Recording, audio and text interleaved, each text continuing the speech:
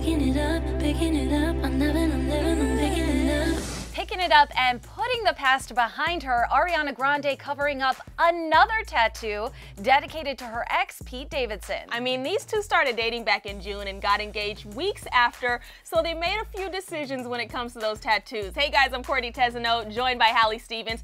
It seems like Ariana Grande is distancing herself from Pete even more, and of course, the internet did not miss a beat. So after Ariana posted to her Insta story on Halloween, fans noticed that she covered up a matching reborn tat that she got with Pete back in June.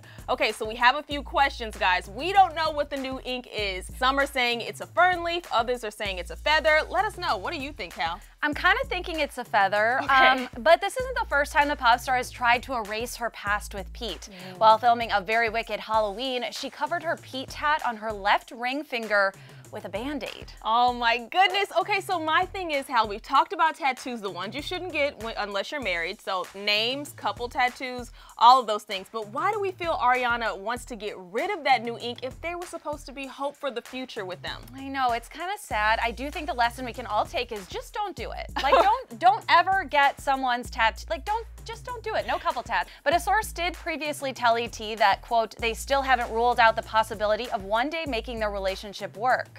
I know when this all went down, they were saying that Pete was heartbroken over the breakup, and then Ariana was the one to make the final split. So, I mean, she is taking things into her own hands, guys. We want to dig all into her reasoning. Why do you think she's getting rid of these tattoos?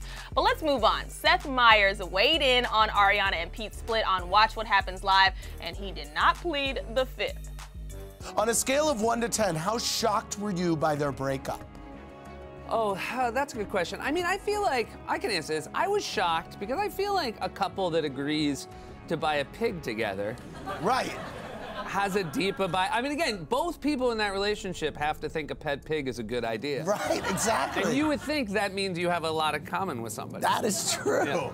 Okay, so Seth does kind of have some valid points, and I loved it. I mean, you don't buy a pig with someone unless you're besties. I know they seem like best friends, but we do know that Ariana's had a really rough year. Everyone knows that, especially after Mac Miller's death. And a source had told us when he died, it was a huge impact on Ariana, and Pete was a huge support for her as she coped. Yeah, and 7 weeks after Mac died of a suspected overdose, he was honored at a Celebration of Life concert in LA on Wednesday. Stars like Chance the Rapper, John Mayer, Miguel, Travis Scott, and more showed up to remember the late rapper. Now, we don't think Ariana was there, but she did post a couple of videos with Mac's dog Myron, and this super sweet picture of her wearing Mac's hoodie and snuggling up with his pup.